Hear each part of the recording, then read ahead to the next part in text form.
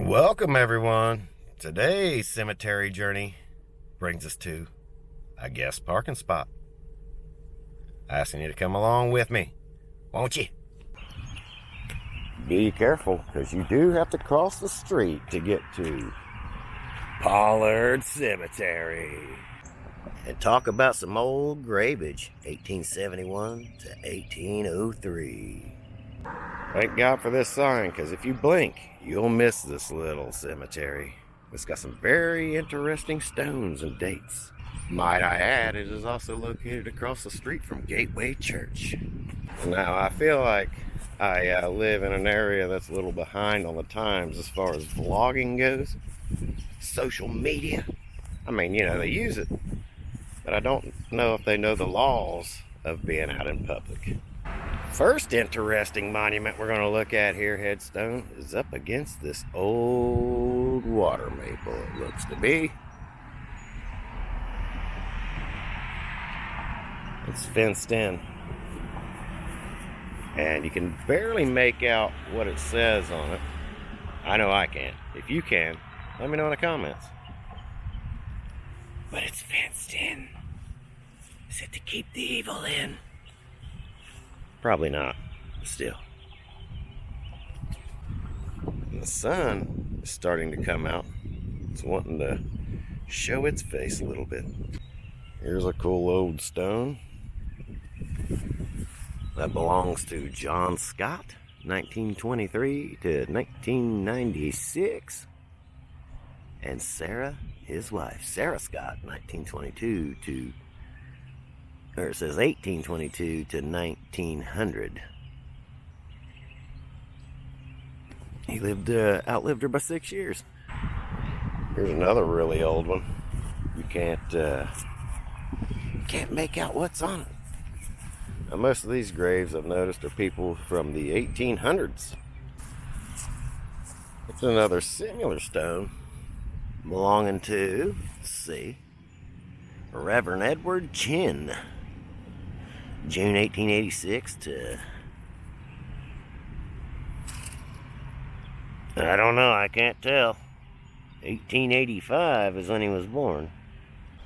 You gotta watch out standing underneath these old trees. This looks like an old locust, so it should be tough, but I've seen where pieces fall around, so you just have to keep your hearing going. But we got a Reynolds, Harold and Charles brothers, maybe 1909 to 1911, 1881 to 1909, could be father and son. The city needs to come out here and fix this, or whoever maintains this. You can see the tree roots have caused it to push back, thus knocking the stone over. And this is beginning to be a typical scene here in northeastern Kentucky. I'm waiting for the vehicle to go by, and a lot of stones on the ground, a lot of old stones. Can't even make out the dates on some of these. Like this one here, you can't make that out. We've got some words up here. Willie, Carrie, Hazel, 1901 to 1908. Some interesting stones here at this little cemetery. And it's usually the little ones that hide the goodies and the tidbits. We have a nice one here. It says, "Thy will be done." Reverend L. Mutters, born November 18th, 1826. Passed away 1898 on January 7th. Mutters. And again, you know, I cruise by this cemetery a lot, and I don't rarely see anybody here. Here's another one on the ground, and I apologize about the wind. It's a little windy today, but it usually is when I come to these. I almost say that in every video. We have the elder T.K. Reynolds here. December 29th, 1815, February 3rd, 1902. 86 years old, 1 month, 4 days. They wanted to be precise on how long this guy lived. Looks like these people might come, maybe not often, but every now and again. Because you see the stone has been glued back down to the old stone, and this is Letitia Reynolds. She must have been the wife of the gentleman to the left we just looked at. And she was born the 21st of 1821 and died March 19th, 1885. Then we have Miss A.O. Howell. I don't know, could it be male or female? They died August 31st of 1825. They lived to be 78 years old, 11 months and 4 days. So those Reynolds fellers must be right here. You know, the stone that fell over, because there's one right here. This must have been the original, 1881 to 1909. Now that one over there, nothing. Now this cemetery is right on a roadway, so I apologize for all the traffic going, but here is a big stone. Probably the second or third. Yeah, third largest. Second to third largest stone in this cemetery. Belongs to Martha A. Wirtz, wife of W.M. Wirtz, 1864 to 1891. It's right there in the cement, baby. And then in front of them, we have some tiny little markers here. I see one says Sally, but you can't make out the other ones. Now, one of the funnest parts to trudging in the cemetery is the experience. It's all part of it. Now, here's a stone that's been here a long time. Look at all the erosion. It looks like the water has really took its toll on this stone. I can make out memory. I see an L and an E. You kind of make it out a little bit, but not good at all. This one looks like it was made out of sandstone. And yes, that is a woodpecker pecking. And there's squirrels hopping around. A little bit of wildlife in this cemetery. Here's another old, cool looking one. It belongs to Van H. Lewis, October 18, 1830, July 20th, 1911. Then his wife, Elvira J., November 12th, 1837, and May 11th, 1904. And just to the right of them, let's see these guys. This, I will say that this cemetery is very, very reminiscent to the one in Blair Witch Project, Burkittsville, Maryland. A lot more noisier. Here's another broken one. People are starting to stir. I see them looking over here. Like I said, it's still kind of new to these guys. We have a mother and father plot here, but to whom? We'll never know. A couple more of the small stones. Can't make any of the writing out on them, so it'd be kind of pointless to hone on them too hard. You can see people are using kind of homemade methods to hold the stones up, making wedges, whatnot. We're now at the far right corner of Pollard Cemetery.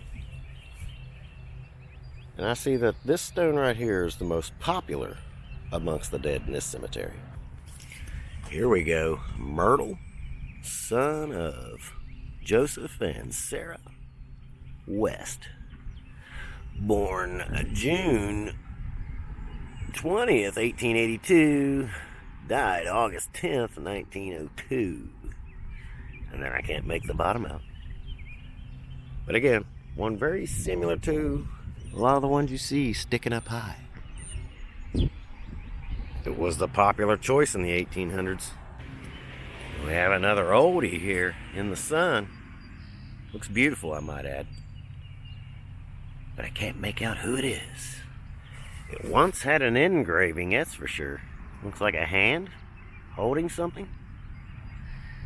Kind of looks like a middle finger upside down if you look at it really well. Here's one of the more unique ones here. It'll be Mr. and Mrs. West. Mother and father, Sarah and Thomas, they're right here.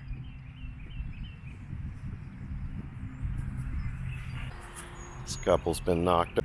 Here's one of the more artsy ones belonging to the Jones family. You can see the engraving on the side of this one. Pearl Jones. Another little tiny one belonged to a gentleman named Raymond Kraft. Born 1910, passed away 1912. Didn't live very long. I'm noticing the older ones got the ages of them on it. Some of them do. Old-timey. See a squirrel over there playing. We're gonna go up that tree over there. Brings us to a fenced-in little area. We're gonna come in here and have a look. There's a mother. We won't know exactly what because the stone has fallen over face first. But over here, we've got Orrin John, born 1832, passed away 1901, and his wife Virginia.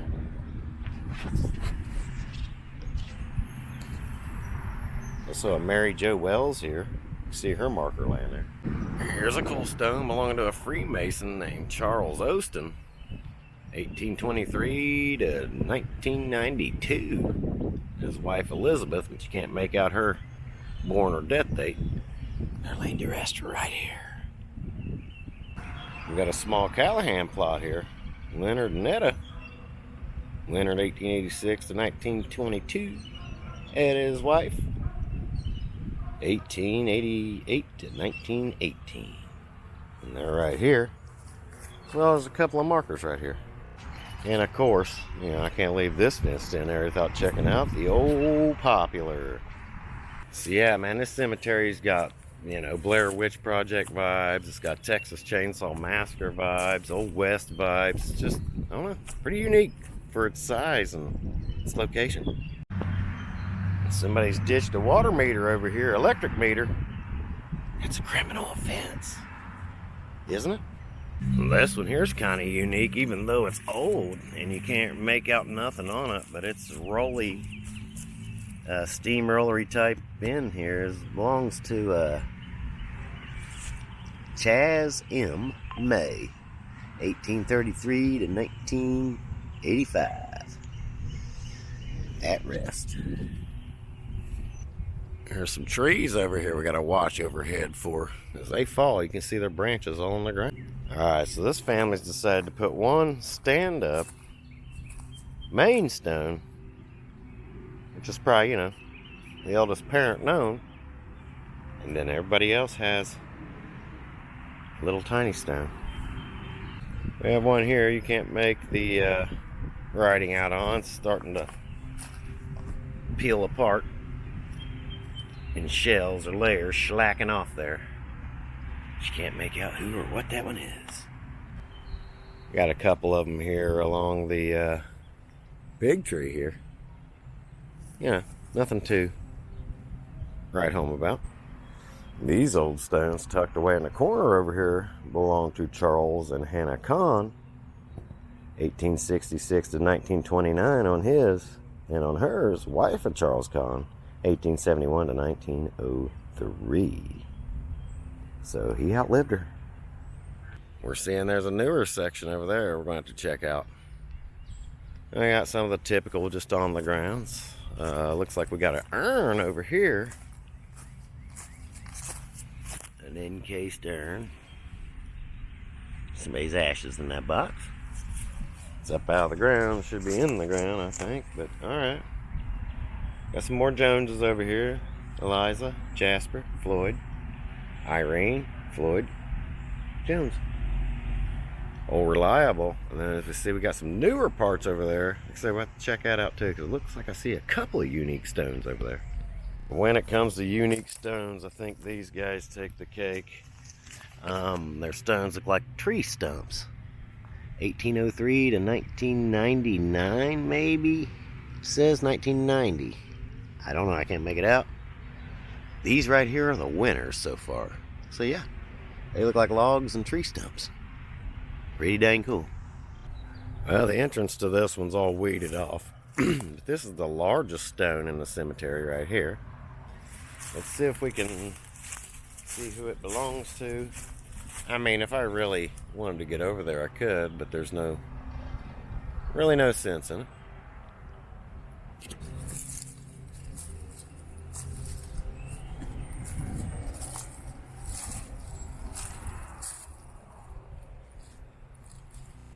When I walk up here to that newer part, here's one we can probably look at. One through the fence. J.W. Mullins, Mary Mullins, Mr. Mullins 1855 to 1938, Miss Mullins 1857 to 1934. Gone but not forgotten. Father, mother.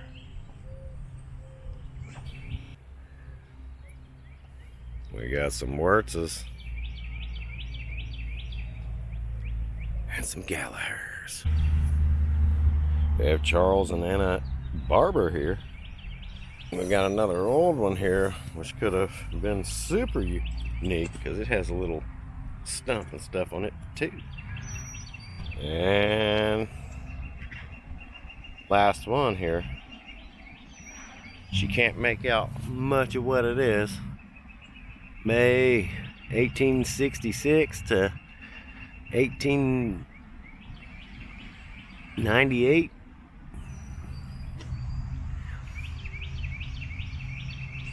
And then we got Alan Lewis Barber over here.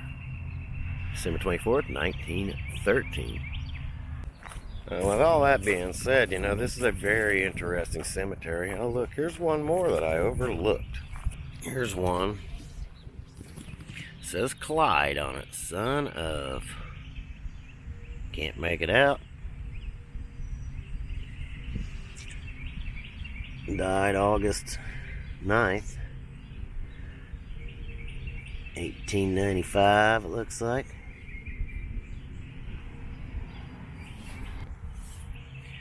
There's a really interesting one right there. It just says Baby Doll, 1911. This is a unique one to come and see if you're ever out here. Can't miss it from this dilapidated fence. It's fenced in, but it's easily gotten into, you know. There's one tucked away over there. I didn't go on that side. And here's Anna Brewer Weaver, 1885 to 1935. Jones' spot again. It's like somebody just dropped the ashes off on the tree, by the tree. Pretty dang wild. You know, there's always something interesting to see in the cemetery, no matter, you know, how big or small they are. And like I said, you know, I'm getting ready to walk out of here, and I just seen another one that I missed. Check it out. Now, I don't know if that hole it goes through is just natural erosion from the tree that's just above us. But look at that. It's got a hole all the way in it. You could put something in there. Yeah, candle, something. Pretty dang cool. This marker, you know, it was nice in its time. You can see it's still got some engraving. It's been here for so long. Looks like it says Daryl or D-A-R-L-I-N-G. Darling, okay. It's like the Darling, see? And that's about to be ate through here on the back. This stone was cheaply made out of sandstone, it looks like. Very, very neat though, that hole. It's always windy or stormy when I come out to do these videos. You can never pick a perfect time to do them. You know what I mean, Vern? So, yeah, if you're ever out here, come and check this old one out. This is just mostly full of old graves. There's one back there that's maybe from a couple years ago. Can't remember the name on the stone, whatever. But yeah, you can't. That church is right there. It's your boy Dread for this episode of In the Cemetery. If you like this kind of content, consider subscribing. It's free to do. Give it a thumbs up, take it a step further, ring that notification bell. Make sure you click all notifications so you get everything that we post. It keeps you in the loop of future episodes and journeys we go on. It's your boy Dread for Dread House Productions In the Cemetery. Until the next one, peace. Before we go, one shot of the grave. This is John C. Crooks. Or if they had to screw him in the ground.